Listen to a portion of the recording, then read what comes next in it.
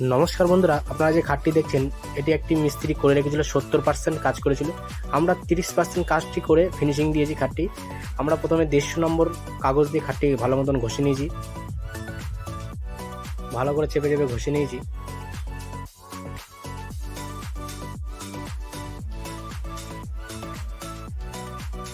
দুটো ঘাড়ি আমরা ঘষে নিয়েছি ভালো করে, দেখতে পাচ্ছেন ঘষার পরে কেমন সাদাটে ভাব চলে এসছে। আর পাশে দুটো কোড়া ছিল, আমরা ঘষে মেজে মোটামুটি পালিশ খাইয়ে দেখতে পাচ্ছেন কালারটা কেমন আসছে। এটা নানা রকম কাঠ আছে, এর মধ্যে শাল কাঠ আছে, গামারি কাঠ আছে, শিরিষ কাঠ আছে, নানা রকম কাঠ দিয়ে পাশিটা বানানো হয়েছে। আমরা এর সব ভিডিওগুলো নিইনি, যেহেতু লোকের কাজটা করা ছিল বলে এর জন্য সব ভিডিওগুলো নিইনি। আমরা রংটা টাচ আপ করে নিয়েছি পাশিতে। এই যে দেখতে পাচ্ছেন যে কাঠের যে প্যানাগুলো রয়েছে, যে জয়েন্টগুলো রয়েছে, যেসব জায়গাগুলো আমরা পুটিং করেছি পাশিতে, সেগুলো টাচ আপ করে নেবো ভালো করে।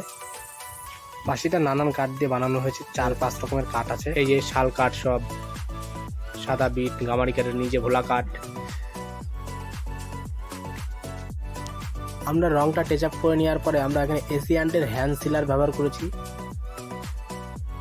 হ্যান্ড সিলারের সাথে আমরা পিউ থিনার ব্যবহার করেছি। হ্যান্ড সিলারটা করার পরে আমরা 200 নম্বর সোখা পেপার দিয়ে ঘষে গ্লোজিতে অ্যাপ্লাই করেছি আমরা মাস কোম্পানির গ্লোজি। দেখছেন যে খাটের যে সাদা ভাবটা এসছে, এটা পুরো টিটিনিয়ামের ফলে এসছে। এটা রং কিছুটা দেওয়া হয়েছে, মিস্ত্রি ভাই আমাদের রং দিয়ে পালিশ করেছিল, সাদা পালিশ। তবে সাদা পালিশ কোনো রকমই ভালো হয় না, একদম দেখতে পাচ্ছেন খাটের ফাইবারগুলো কোনো ক্লিয়ার নেই, একদম ড্যাম ড্যাম লাগছে, জেগে ওঠেনি ফাইবারগুলো, এই শুধু সাদা পালিশ করার জন্য। আমরা কাস্টমারদের বলবো যে সাদা পালিশ কখনোই করাবেন না, 2 দিন পরে কালার ফেড হয়ে গিয়ে বিচ্ছিরি হয়ে যায়, দেখতে একদমই ভালো লাগে না। যা কাঠের কালার আছে সেইভাবেই কাঠের পালিশটা করানো উচিত, ন্যাচারাল কালার।